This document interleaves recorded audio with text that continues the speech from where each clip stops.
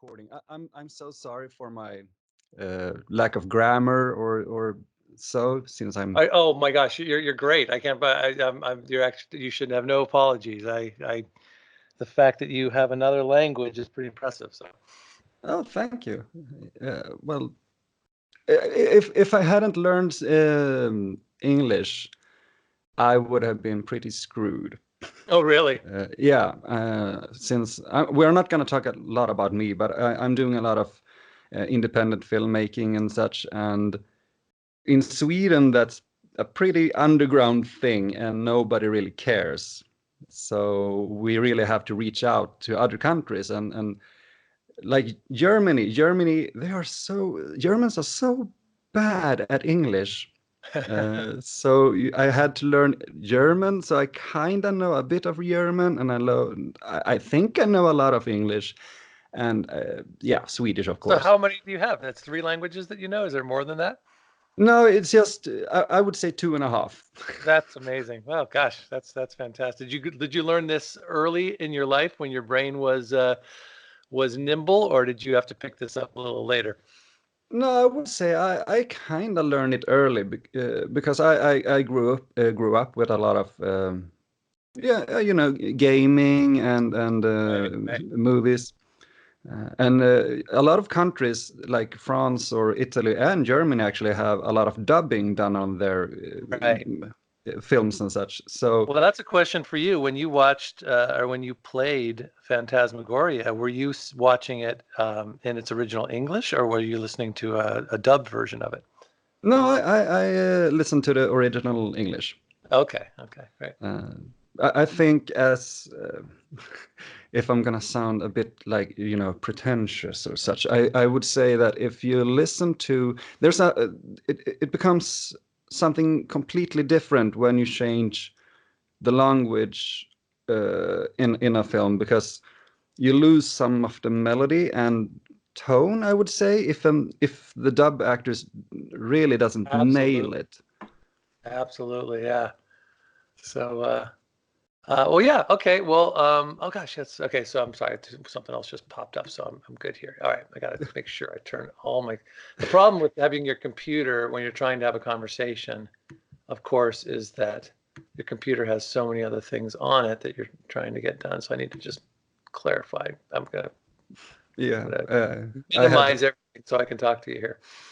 Yeah, well, I'm just glad actually that you got back to me, because at first I was like, oh gosh, am I really gonna write Paul? Is it okay if I call you Yeah, Paul? absolutely, by all Yeah, means. Yeah. awesome. Is it Paul Morgan Stetler? Yes, that's right. Yeah, Awesome, cool. yeah. And No, in but fact, I think Stetler, we found out early when I was a kid, I always thought that was a German surname, but it turns out that it's actually Swiss, I believe. So oh, that's new to me. yeah. Well, I always, for me, it sounded kind of American, Stetler. Right. Yeah, Well, I don't think anybody's from America. We've all come here from somewhere else, right? that's very true. That's what we learn in school, at Yeah. least. Uh, so awesome! I'm so glad to have you on our little podcast. It's a Swedish one, Great. but pretty many Swedes are familiar with English enough to be able to listen to an interview, or most of the time actually in Sweden the younger generation don't watch movies with Swedish subtitles because we're so familiar with English, so we don't, it's a second language. Right. That's great. Yeah. Okay, so I'm very interested in. We're just gonna jump right into it here. Sure, let's go for it. Yeah. Yeah. Well, I when I read up about you, I found out that you have. I was very surprised in a good way that you have a pretty long career of theater, a theater background, like Yeah. 20 Yeah. years. Yeah. Yeah, that was what I was doing prior to being hired for the Phantasmagoria show, game, and pretty much what I've been doing ever since. After finishing the game, because it was such a big deal, and it was my first time having that kind of experience working in front of a camera and that significant of a role, it was a bit of a springboard. So I thought the timing was right to go down to Los Angeles. And so after that, I went to LA for about 4 years, and, and I was able to get, you know, uh, a, a handful of, small parts in films and TV, and that was a pretty good run for a little while, but it ultimately just didn't quite go where I wanted it to. So I ended up moving back to Seattle, where I was from, and I've been just working here ever since. Yeah, because when I look at your IMDb, I don't know if that's a complete list of the films or shows or series that you have done, but you've done some of my favorites. You have done a big one here in Sweden, actually. You did Buffy. Yeah, right. That was, I was killed by a zombie, so that was pretty good. oh, well, isn't that kind of, well, me as a horror fanatic, it's kind of cool being, everybody wants to be murdered by a zombie. Exactly. It was again a very bit part. I had like, I probably had 30 seconds or a minute of screen time, and then that got cut down to about, even half of that. But I Oh. was a doctor working on a burn patient, and the burn patient came to life as a zombie and ultimately killed me for, and it began the zombie apocalypse kind of thing. Is that something that you would have in your show reel? Right. I should have that, right? Yeah, well, it's kind of cool. Well, I think people are going to be very familiar with you via Phantasmagoria, of course, I think you hit the right notes with our audience by being in Phantasmagoria and Buffy. So, you're very welcomed over here. I can say that. Oh, that's funny. That's funny. Yeah, but you have something else going on now that I found very interesting. I've been watching a few videos of it, something called Letters Aloud. Would you Right. like to tell me something about that? Sure. Yeah, it's a pet project that I created about 5 years ago. I I come from a very literary background. My father was an English professor, and before I got into acting, my undergraduate degree was in English literature. So it's something I've always, I'm a bit of a nerd in terms of literature and all that. And early on, I got hooked on reading letters from some of my favorite, authors. There's a lot of selected letters, volumes out there. I remember when I was in college, I picked up a book of letters that were written between F. Scott Fitzgerald and Ernest Hemingway, and I was Wow. struck by how, human they were, and how petty they were. Sometimes they were really nasty to each other, and I just found it very fascinating to be, to get a peek inside the life of these icons. And then about 5 years ago, a number of websites started popping up that were uh, the internet made it super helpful to dig up all of these amazing letters from people throughout history, their personal letters that have become made public. And the more I would read them, the more I thought, and then by that time I'd become an actor and a director, and pretty much immersed in live storytelling. Um, I just had this moment of like, wow, this would be a great live show to have real actors read private letters from famous people, and to kind of create a theme that a show could be based around. And then we add a live music, and then we do a slideshow. And so we've been touring the US for the last 5 years doing these. It feels like a podcast if you listen to any of those live podcasts, like Short Stories Live, or I don't know if you ever heard of The Moth, but The Moth is a live storytelling event that's really big here in the States. So it has that kind of a feel to it. It's definitely a niche. It's not gonna be everybody's cup of tea, but it's a really fun project. And so it's been great fun to do this on the side for the last 5 or 6 years. Yeah, well, I watched, yeah, as I said, some of them.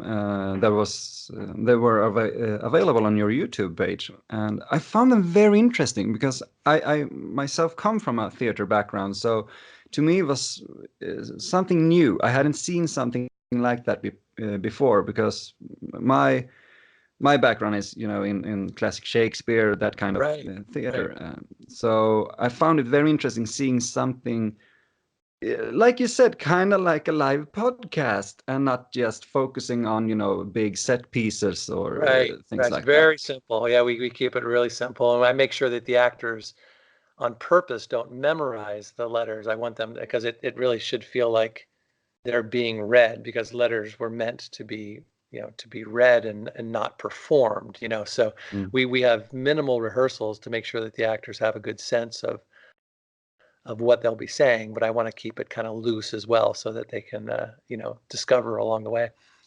That's great. I really love that process. It sounds awesome. Thank you. Yeah, no, it's been really great, and we're a small company, but we're growing, and I don't know how big this will get, but it's been really fun to see it grow so far. I really hope it keeps growing because I think that could be a pretty great thing hitting like a lot of scenes, not just in, it feels like a very European thing, actually. And Yeah. it hit me right now. It really does. Oh, nice, nice. Well, we'll have to do a tour. We'll have to do a European tour sometime. Oh, I would come. I might have you sign I have a physical copy of Phantasmagoria. I might have to like, oh, sorry, Okay. I need you to sign this B game from like Right. 20 years ago. But Well, tell me about, it's funny. You're the first person I've actually talked to. I mean, I haven't tried to be too aloof about this, but over the years, it seems like every few years, a new wave of something happens where this game gets rediscovered, or somebody does something online with it so that people look at it again, and then I get this wave of people reaching out to me, and it's usually really kind, and they're the people talking like yourself, saying that it's a game that had an effect on them at some point in their life, and they remember it fondly. Um, I'm curious because I'm not a gamer. I was an actor for hire. This was something that plopped in my lap kind of at the last minute, and so I looked at it more as an opportunity to act in a. It felt like a movie to me. It was a strange kind of movie, but it felt more like a. My job was to create a believable character under these circumstances, and so I was just focused on that. So it's very interesting to me that so many people were affected by it, and because it was a game, I'm just kind of curious, what is it about this particular game that affected you, or what is it about it that you want to go back to, and that you remember after all these years? this is actually, I love that you're asking me things because I'm not a big fan of the, interview thingy really, because I like a conversation. So Sure. Yeah. this is very amusing to me. Not amusing. Well, the thing that makes me come back to Phantasmagoria is, well,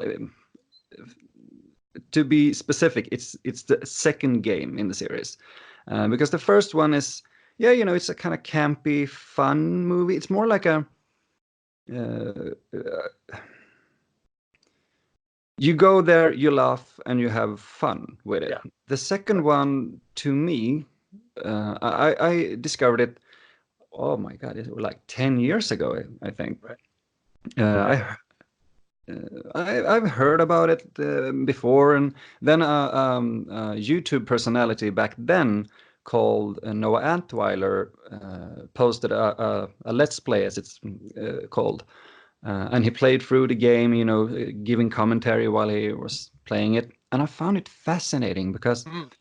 it was, since I'm more of a moviegoer or film lover, I tend to stick more to FMV games, full motion video Yeah. games and such, Sure. because it's acting. It's more.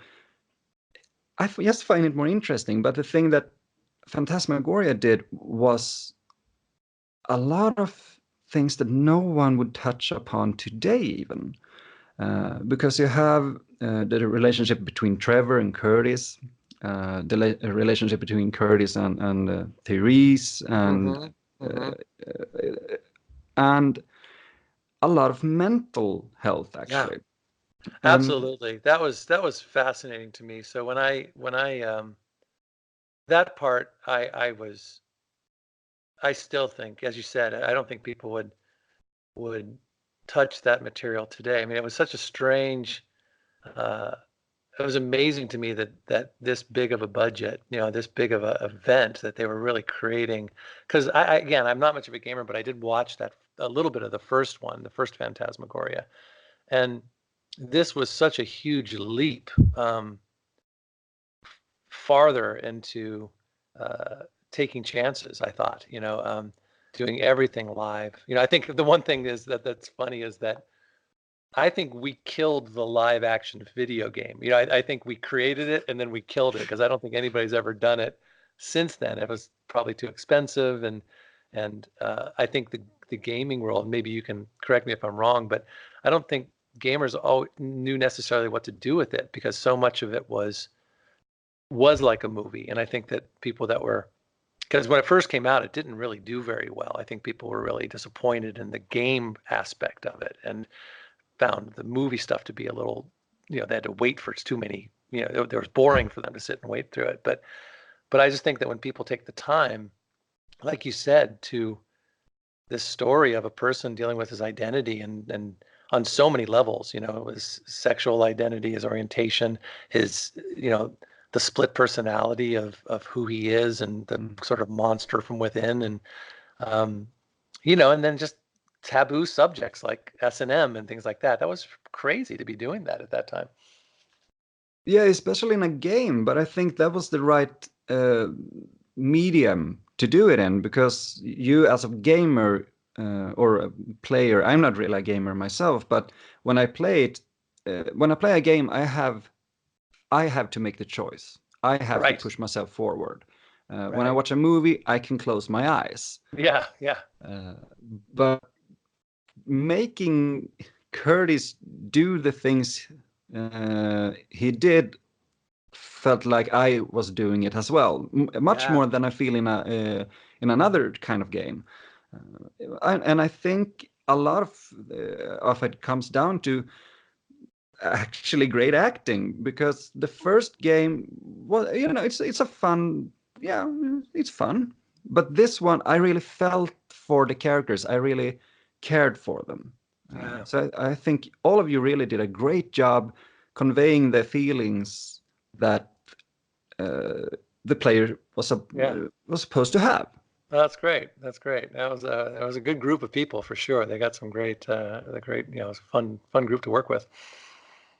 Yeah, it's actually noticeable because you just seem to have a lot of fun doing the things you do, even if a lot of it is kind of horrible things going on. Right. And it's so fascinating because I think it's riding the edge. I don't know if that's the right term, but no, that's right. You're on the right. Yeah. Yay! But it's dangerously close to become like a 90s cable sci-fi horror movie at some point. Right. But it never actually like falls down into that, because you have the sci-fi elements, the aliens, the other dimension, and going with that really opens up another ironically another dimension. And I've always felt that those moments, for me anyways, is that it always felt like it was more in his head than it was reality. Exactly. that there was I think I mentioned this to you in the email exchange that we had, but there was a movie in the 90s that I always liked called Jacob's Ladder, and it was a film about a Vietnam veteran coming home, and he was seeing all of these crazy things, and we see what he sees, but at the end you kind of realize it's a man dealing with post-traumatic stress, and it's really all in his head, and I felt like this had that element to it, that while we filmed and the audience gets to see all of the the fears and the all of the things come to life in Curtis's head. And I suppose the nice thing about this game is that it's ambiguous enough that you can argue, is it real or is it all, something, is it a part of a mental breakdown, because the game begins with him getting electroshock therapy. So immediately, something is wrong with this guy. And then, so I love that part. I really love the mind game that the game plays with the audience. Yeah, because nothing feels set in stone. It's exactly as you said. It's very ambiguous. You can read in a lot to it, and I think that's what makes me come back, since it's not a clear path to, oh well, it's that alien thing, and he kind of kills himself in the end, Right. and stuff. But it feels more to me when Curtis actually pulls the plug literally out of his other dimension self. Well, it fits a purpose in the story very literally. It's like, yeah, well, this is the real Curtis. But when you do that, it kind of feels, but is he like going over the edge in his own head, or is he pulling back from the edge? Right. That's great. I really like that. Yeah, but I can't figure out any other game that does that, actually. Not in that way. Right. Yeah, and it's funny because I feel like, again, talking about, this was, it would have been very interesting to see if this game had,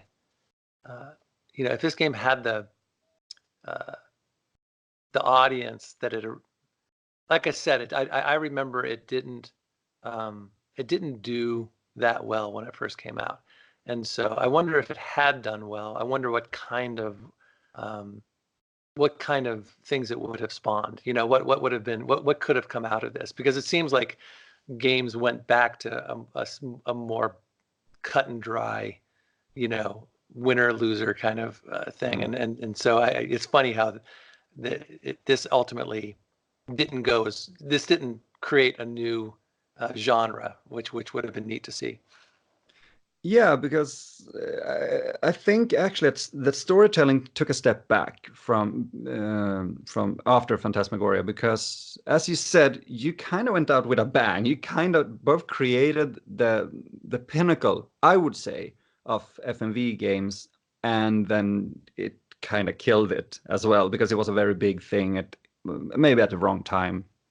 But a few years later, we had a game called, we're not going to talk about that a lot, but we had a game called Silent Hill 2 that kind of divulged into a character going to a town called Silent Hill because he got a letter from his dead wife. And he tries to figure out, is this real or am I going insane? And that might be the closest story-wise to this that I'm aware of. Right. That sounds really neat. Yeah, kind of. If you ever feel like, yeah, I can play a video game and get shit scared. I'm sorry if I curse, but no, don't worry about it. As long as if it's okay with your audience, it's fine with me. Oh yeah, we have my chief editor actually said, well, you have the explicit section, so you just go ahead and say whatever you want. Oh, okay. Well, okay. I know we have already answered some questions in the email, and I'm very thankful for those answers. But the production, how was that? How was it production-wise compared to a regular movie shoot? It was, like I said, I hadn't done a lot of film prior to that, so it was all new to me. It felt like I was learning as we went, and I was fascinated with film. I grew up watching movies, and part of I ended up being a theater actor, which I love, but my original inspiration was film. So to get to do this and to get this leading part kind of right out of the gate was an amazing experience. But I knew right away that, I mean, when I got the script, it was like, I can't remember, it was like 350, 400 pages. It was huge. And because there were so many elements to the script that ultimately didn't have to do with me because it had more to do with the game. But they had so many things that they were juggling in terms of story and how the story led to the game, all the different outcomes if the player chose a certain path that ultimately went down, whatever rabbit hole that it was going to go down. So reading the script was, from the beginning, was really challenging because it was hard to decipher everything. But so it was a 6-month shoot. It was pretty much every day for 6 months. I think we had 1 day off, or maybe 2. I don't even know if we had 2 days off. So I was either at the studio. They created a studio for this, and that was other thing that was really impressive, is that rather than green screen, they actually created sets. They had a big studio in east of Seattle in this town called Bellevue, where they got a big warehouse, and they built Curtis's apartment and Wintech, and there was all of those main, the restaurant, all that stuff was built for the so it really felt like a film, and then we did a few on location shots at hospitals and things like that. I think one of the bars we went to was a local Seattle bar that we were able to get for a while. So yeah, it was the real deal, and it was long days, and I remember things like I never changed my clothes, so they had because I had to look the same in every scene. So they had 8 of those ridiculously bland gray T-shirts that were I was always having to switch. I mean, that after a while got really old, just having to wear the same thing every day for 6 months. Oh.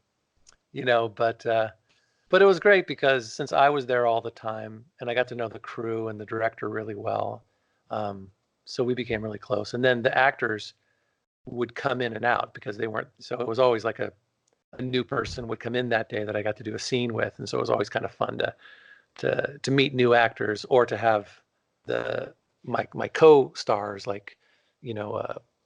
Trevor and Therese and Jocelyn. They would be there for a week, and then they'd be gone for a week, and then they'd come back. So it was always kind of neat to have them come back so we could play again. Do you still stay in contact with any of the other actors? Not really. The only person I became very good friends with, Rachna, who played Therese. She's a local Seattle actor, and I didn't know her prior to I think I'd seen her around at some auditions and such. And at the time, she was married to one of the actors that's in the show that plays my dad. That's right. His name's Todd Lisea. So that was a little Oedipal and weird, to be with her, and he's my dad, and there was just there was a lot of strangeness, but he's a great guy, and but they aren't together anymore. And then she ended up marrying a good friend of mine, so I see Rachna all the time. She's a good friend.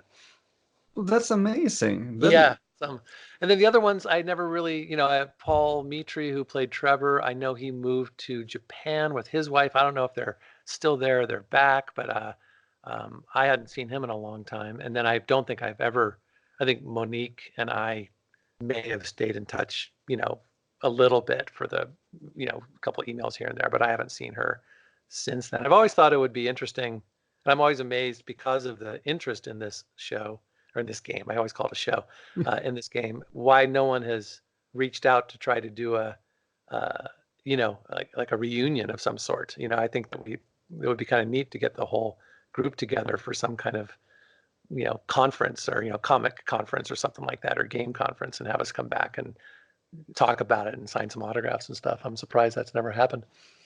Yeah, I was about to say that. That's very weird, actually, because it's a very niche specific thing, FMV games, not just Phantasmagoria. There's some other games called like Tex Murphy and such, and I have never seen any one of you FMV people actually on any convention. That's really weird. Yeah, we should let's think about it. We'll figure out how to make it happen. I think that would probably be a really cool a cool event that would probably be very well attended if we, I've always thought about it. I just don't have the bandwidth to put something like that together. But I've always thought if someone were to take the reins on that, that would be a fun thing to do. If Phantasmagoria 2 had been a bigger thing in Sweden, I would so have pushed for that, actually. Yeah. I think it's not a small game in Sweden, but Swedes are kind of laid back and hanging around. And there's a convention. Right.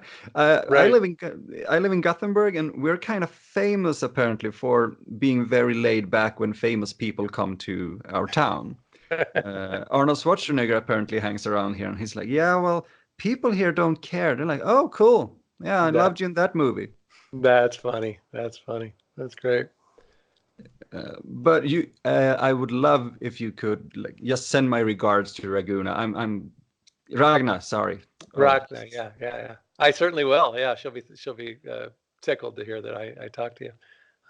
But yeah, they're great. So yeah, what else? What else can I tell you? I know that you had some other questions, and yeah, I'm going through them here. And yes, since we have spoken a bit or written a bit, I'm kind of like, yeah, that question sucks. No. Yeah. But you said that a couple of times through the years, the game has come back to you. People have been contacting you and such about it. What have people been saying to you through the years since you made Phantasmagoria about it? That's a great question. Most of it is. I'm going to see if I can actually pull some of these up.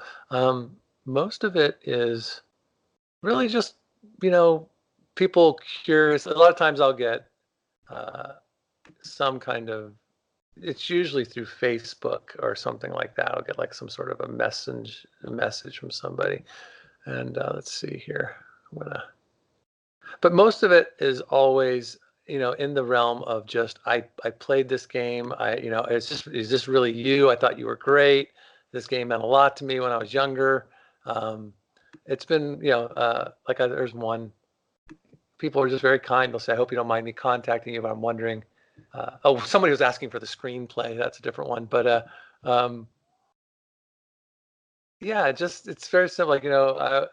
I was looking to contact you, 1990s actor who played Curtis, and so they're just checking in. So it's a lot of people just saying that it's a game that they played, and it had a big impact on their life.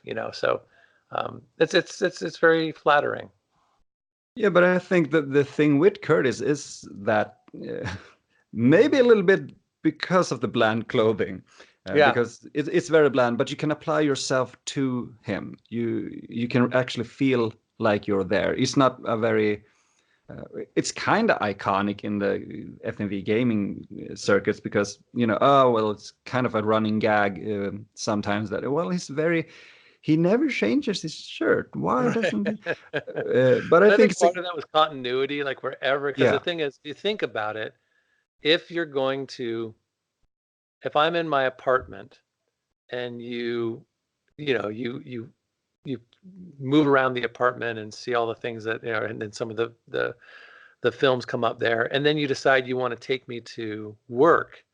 Well, it would be so hard for them to track different costume changes. I mean, because there's so many ways that you're going to go from one place to another that ultimately they decided that I had to look the same the whole time. And so that had more to do with logistics and just how crazy it would be to, if all of a sudden I'm at home and then I go to work and I'm wearing a different outfit, that would be jarring. And so keeping me the same made it more, consistent. Yeah, of course. But I really think that when you have a change of clothes, it's actually it's very interesting because it's very specific places when Curtis has different clothes. It's when he goes to the SMM club. Yeah. And the psych ward. Right. So those 2 points are very specific, kind of points of no return concerning the story, because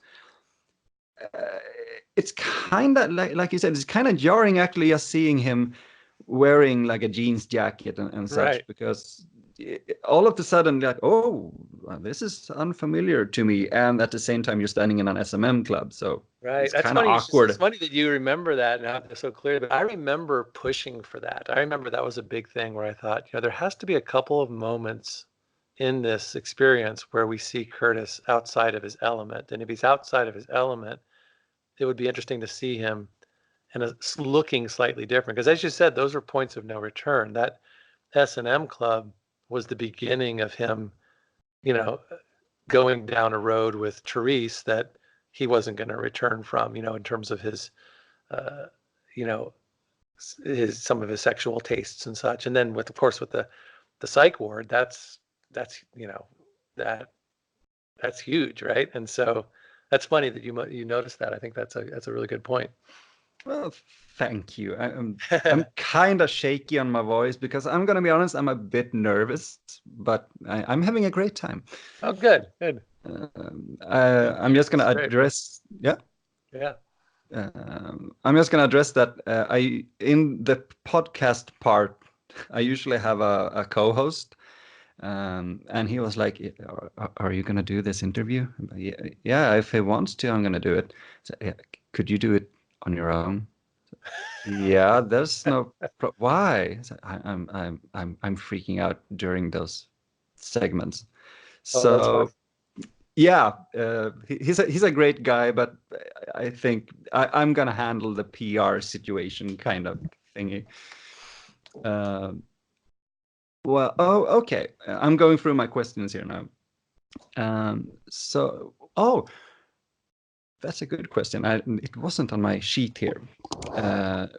Developing the character Curtis was during 6 months must have been kind of a huge undertaking as an actor. How did you develop the Curtis? Well, I think the thing that drew me to him in the first place, and it's kind of what you were touching on, is that I had to play someone that was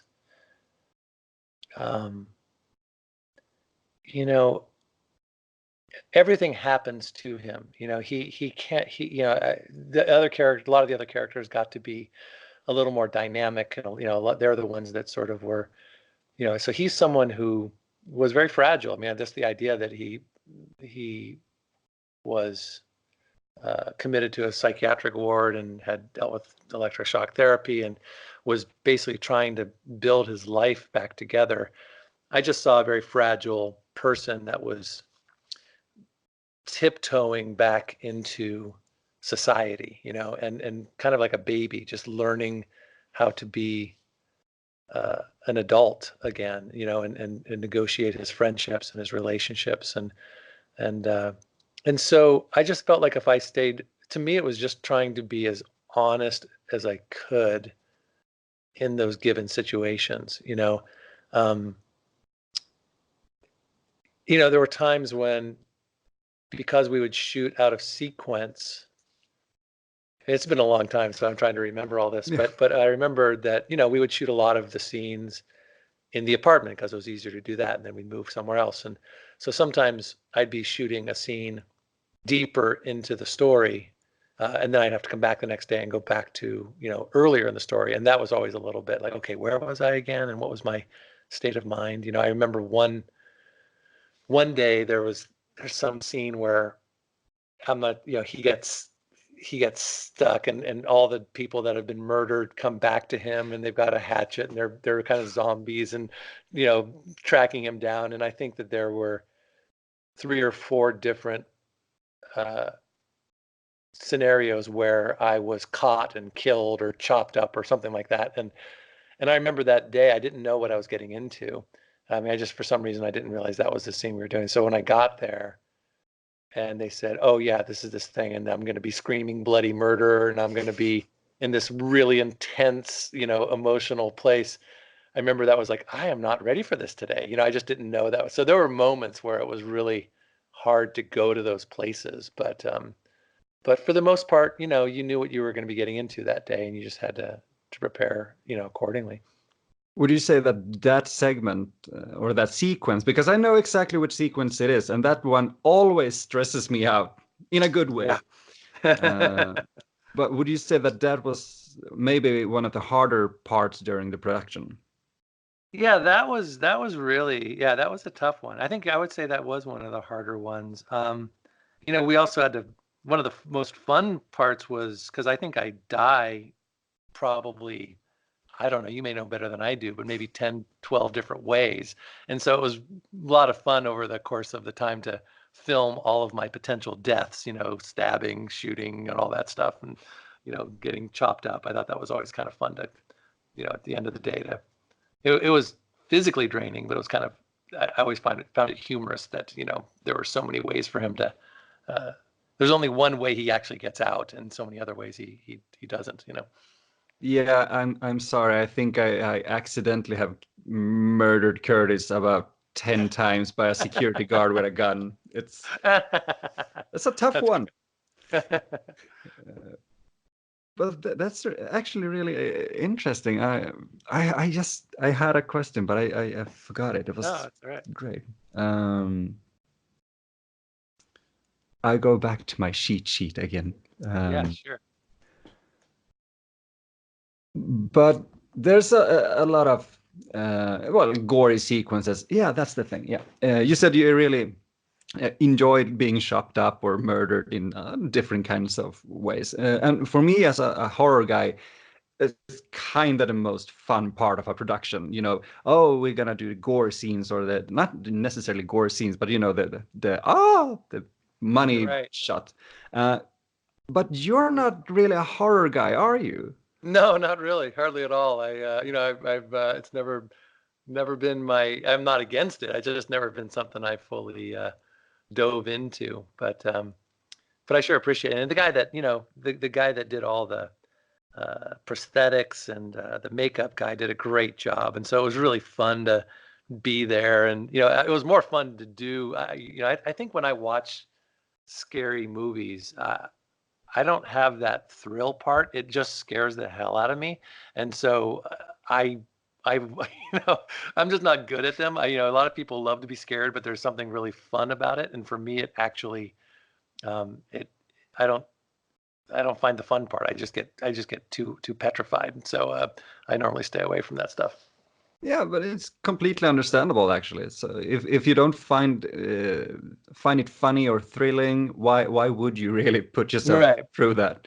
But that said, being there and watching how they created it, I mean, I was an image that I remember being really hilarious was when Curtis and Jocelyn are in bed and he leans over and she's asleep, and then he Yeah. he reaches into her stomach and pulls out her intestines or something like that. And the thing that he made to create that effect, so just being in the room and seeing how they, placed all the props and had it all done. And so it was pretty funny to do all that. And then when you watch it, it's pretty creepy, but when you're in the room doing it, it's pretty, there's a lot of laughter in terms of, of of how we're making this thing happen.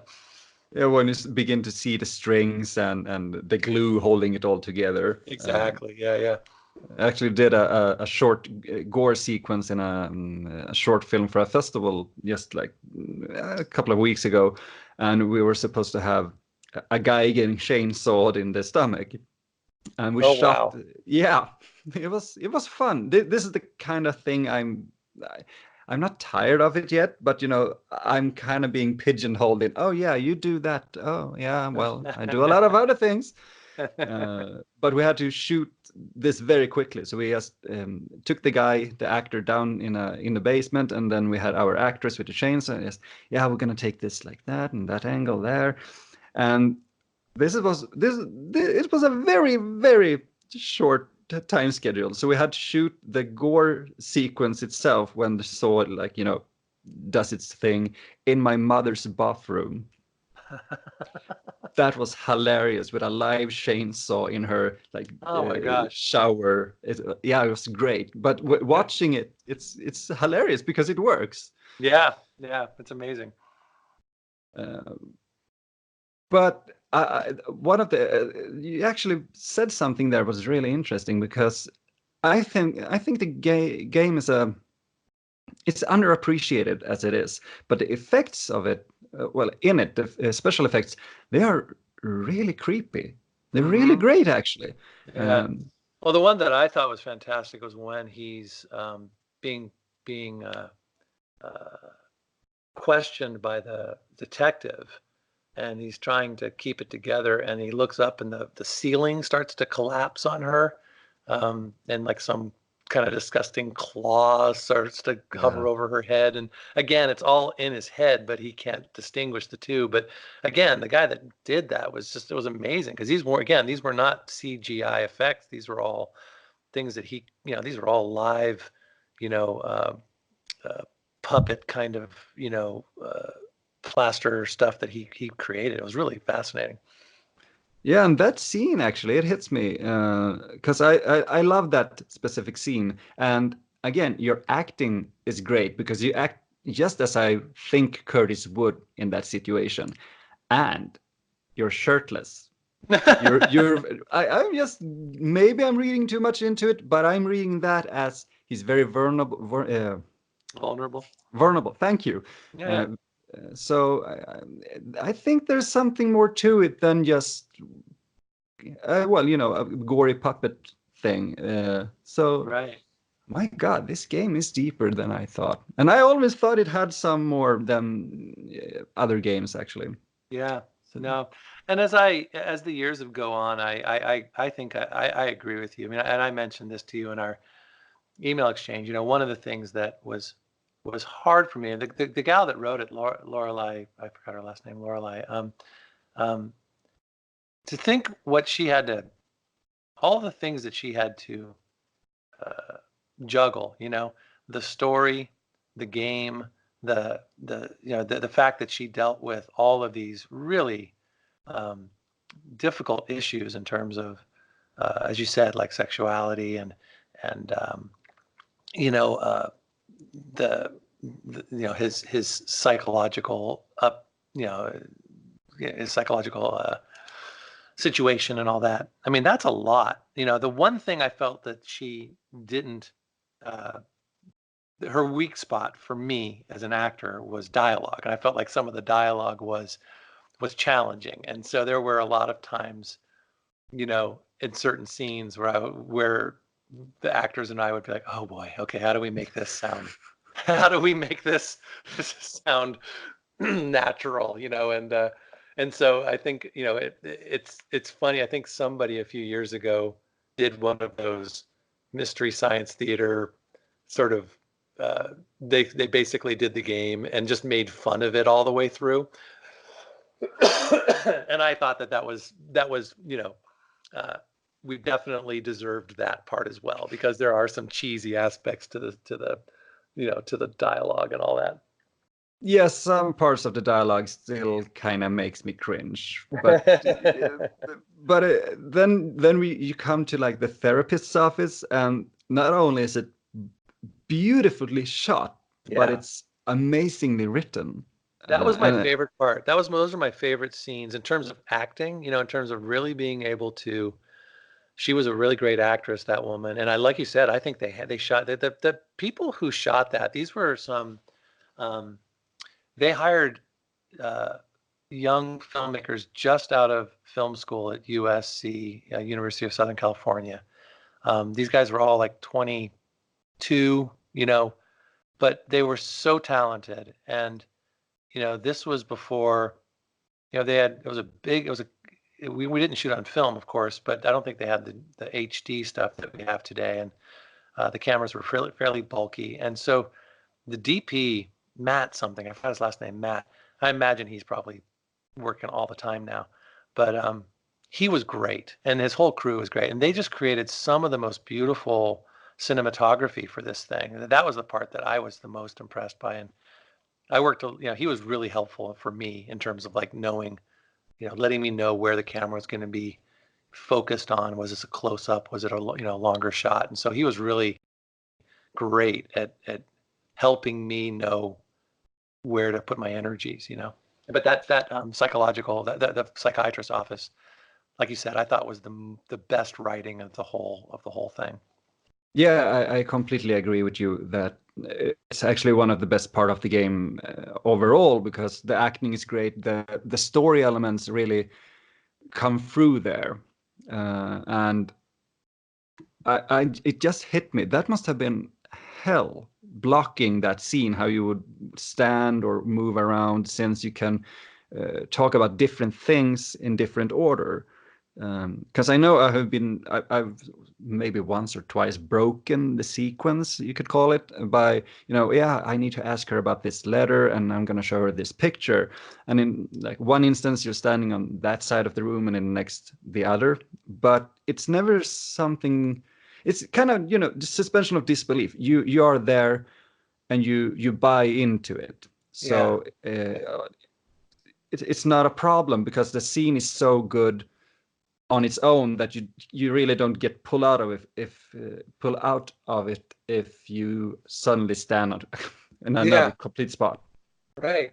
Yeah. No, it was it's funny. I haven't thought about this stuff in a long time, so it's just interesting, and I haven't really watched it in years and years. So, but it's funny how it's all coming back. I'm remembering a lot more of it now that I'm talking about it. It's funny. I really wish we had like more time to talk about this. Maybe we can do another part sometime because this is really interesting to me. Yeah. But I don't know. I'm just gonna check the clock because I'm on a bit of a time scale. Yeah, I got 10 minutes left. Yeah, about 10 more minutes would be about right. And then if we need to follow up at some point, you can just let me know. Yeah, I would love to actually, because this is really bringing up parts and points and things that I haven't thought about at all. So this is very interesting. I need to play through it again because I did play through it before I contacted you the first time. Yeah. I think it was my 5th time, and it was like, we really need to talk about this. And then now with this in the back of my head, like the sets, I need to just play it and look at the sets because some of them are really convincing. Yeah. Well, they were really well built and put together. If I don't know for certain anymore, but I remember somebody a number of years ago created some sort of a Phantasmagoria fan page on Facebook, and I don't know if it's ever been updated or I don't know what kind of followers they had. But if you ever end up, whenever you end up editing this interview, there might be a bigger audience for you than maybe just what your fan base is in Sweden. You might be able to post this on a social network somewhere that people might get access to. It might be kind of fun. Yeah, absolutely. I know my editor wanted me to have like parts of the interview in our episode where we talk about the game itself, and then we wanted to release this as a bonus big episode with like an hour of interview between you and me. And I know because it's very fun that you bring up Facebook and Phantasmagoria groups, because I liked or kind of joined one of the groups a few years back, and that group was actually it was more, I think it was for both games, but it was run by David Homb, and David Homb played Dawn in the first game actually. Oh, okay.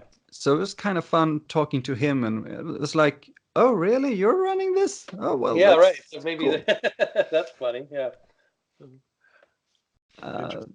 Yeah, but is there something you would do or wish you did differently in the game compared to what ended up in it? The first thing that comes to mind is that I know that they ran out of money. No. There was a lot going on, and one of the producers, I don't know all of the details, but I know that it went way over budget. And so what they had planned for the last part of the movie, and I forgot what they called it, but when Curtis goes into that underworld or whatever, you probably remember the name of it. Threshold. The threshold, right? So when Curtis goes into the threshold, their plan for that and the storyboards that they had for that was really, really cool. And by the time we got there, they were basically down to no money. And so we shot the end of that whole game. What should have been a month's worth of shooting was probably like 8 days or something like that. And Oh, so the ending, I think people rightfully complained about how abrupt the game kind of ends because there was so much, and I can't remember what it was, and that would be really worthwhile to reach out to Lorelei or some of the, the writers, or Andy Hoyos who directed it, because they had such a really cool um, idea for how to, to end it, and we just never were able to do that. So I regret not having the opportunity to do what their original vision was. well, it's great hearing that they actually had a bigger vision for it. And I tried to reach out to Laurie, actually. I don't remember her name now. The writer. I'm so Lorelei sorry. Shannon, I think is her name. Yeah. Thank you. Because that's actually the only part of the game that I believe lacks or takes a nosedive. Yeah. Yeah. It's And rightfully so, because just like I said, they were pulling the plug. They didn't have any more money, and they basically said you have to get it done, tomorrow. And so we just had to wrap it up. And so I remember it was a real blow to the whole production crew that we weren't able to do that. That's very sad to hear, actually. But I guess you could call me a fan because that's what I am. I still appreciate that you actually wrapped it up as good as you did, based on that the third act kinda Right. lacks a lot, because there's some puzzles that's really not making sense and stuff, because you don't have any time to get to know the world that you're Right. suddenly thrown into. Yeah, that makes so much sense. I would imagine that I can see why that happened because of our situation. Yeah, but it's great to hear that it's actually a reason, not just a lack of passion. Because talking to you, I can really hear that it was a lot of passion going into it, a lot of thinking, and thinking, that's a really dumb way to put it, but a lot of undertones and more to it than what people might see, and definitely what might have flown over people's head back in the 90s. Right, absolutely. It was looking back on it, I mean, I think everybody was doing this, I'm just trying to think. Like I didn't know Monique. I know she had made a number of films in Los Angeles. She was one of the few actors. That's not true. There are a few other actors from LA that they cast. So it was a combination of actors from Los Angeles and actors from Seattle. But most of us, this was new for all of us. No one had done this kind of thing before. No one had ever done, and nor since, really. So the director Andy came from the world of games. He had never directed a film before. And so I think we all liked each other, and there were times where we didn't always know how to communicate as effectively as we would want. Like I may have wanted more direction that would help my acting get to the next level, but Andy was oftentimes thinking about what needed to happen in terms of how the game progressed. And so, but we liked each other, and so I think we were always challenging each other to to take it seriously and to try to make the most of each moment. I don't think we always succeeded, but I think there was a real earnestness to how we approach this that I think continues to, I guess, impress people even, 20 years later.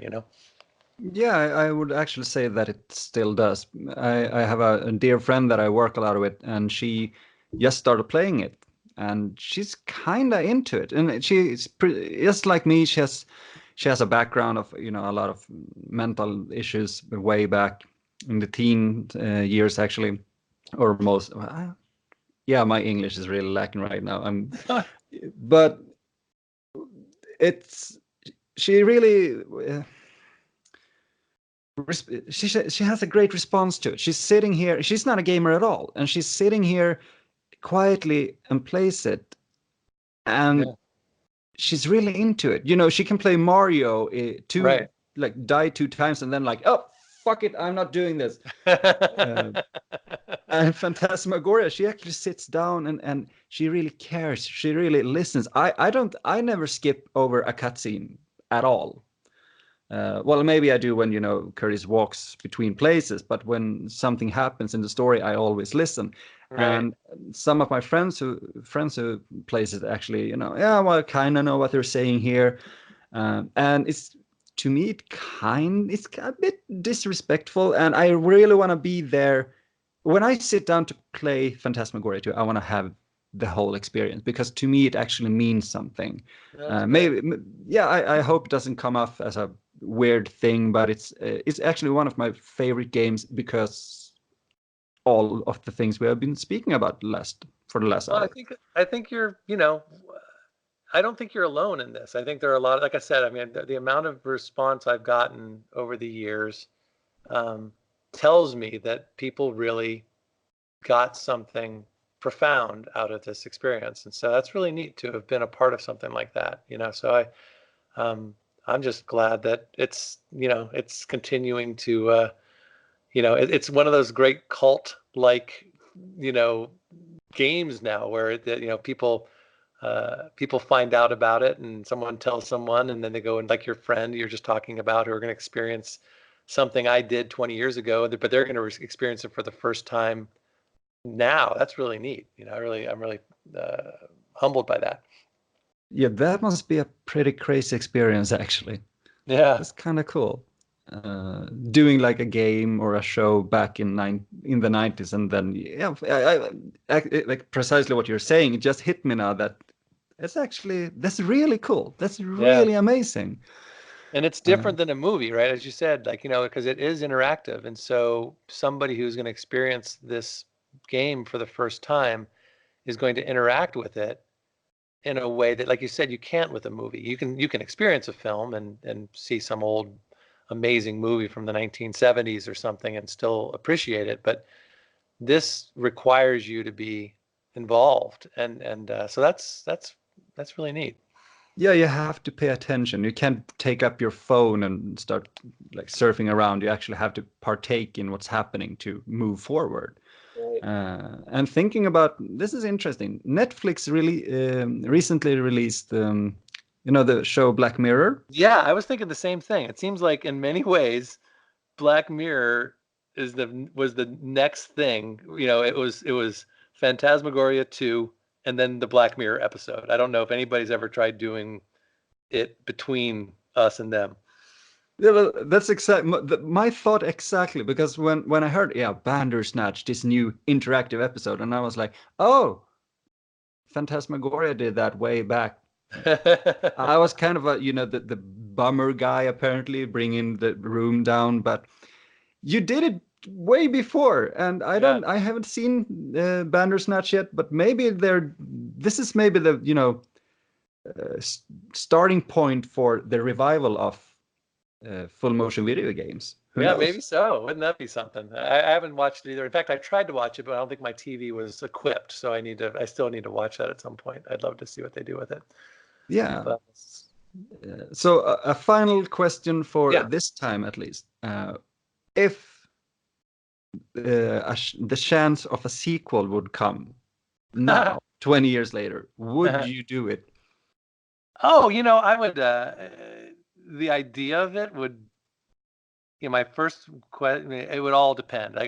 My interest in it would be, I would love to know what they came up with. I'd love to know, um, I'd love to hear the ideas behind it. Um, you know, uh, so yeah, my curiosity would be through the roof, whether it would be doable with my life as it is, and whether but who knows, if someone were to make this happen again, how great would that be? That would, so many. Um, it is strange. I was thinking about that, like why it is weird that this game that's had such an effect on so many people has never that no one's come back in any form, even to create an animated version or to create some sort of follow up. It is. It just seems like everybody went off and did other things, and so yeah, sign me up. That's actually making me very happy to hear. And if the listeners would like to check it out, you can actually go to GOG.com, because they have Phantasmagoria 2 fully playable on modern systems. Otherwise, they can be a bitch to get running. But they have everything up to date. So if you yourself, Paul, actually are curious to play it, you could do that now without any hiccups. Oh, that would be funny. Yeah, that would be very surreal to actually play that game. Well, I'm glad to hear that, because I know that was the biggest issue a lot of times, is that, over the years it was just impossible to find systems that still played it. So it sounds like someone figured that out, and now it's available to play for anybody. Yeah, the first time I played a physical version, and walking between like the cafe, dreaming tree, dreaming tree, right? and WinTech was like, yeah, please insert CD2, and the pacing was just thrown out the window. And now with a digital file, you can just play everything, and it's legal. Oh, that's fantastic. That's great. That's great to hear. Yeah, yeah, hopefully we get to speak again, because this was fun. This was really fun. I'm glad. Me too, Emil. It was great. Nice to chat with you, and let me know how this goes, and feel free to follow up when you need to. Yeah, absolutely. I'll send you a link when this is done, so you can get it and listen to it yourself. I look forward to it. All right. Well, nice finally talking to you. Same to you, and thank you so much for taking the time. You're welcome. My pleasure. I'll talk to you soon. Yeah. Bye-bye. Bye-bye.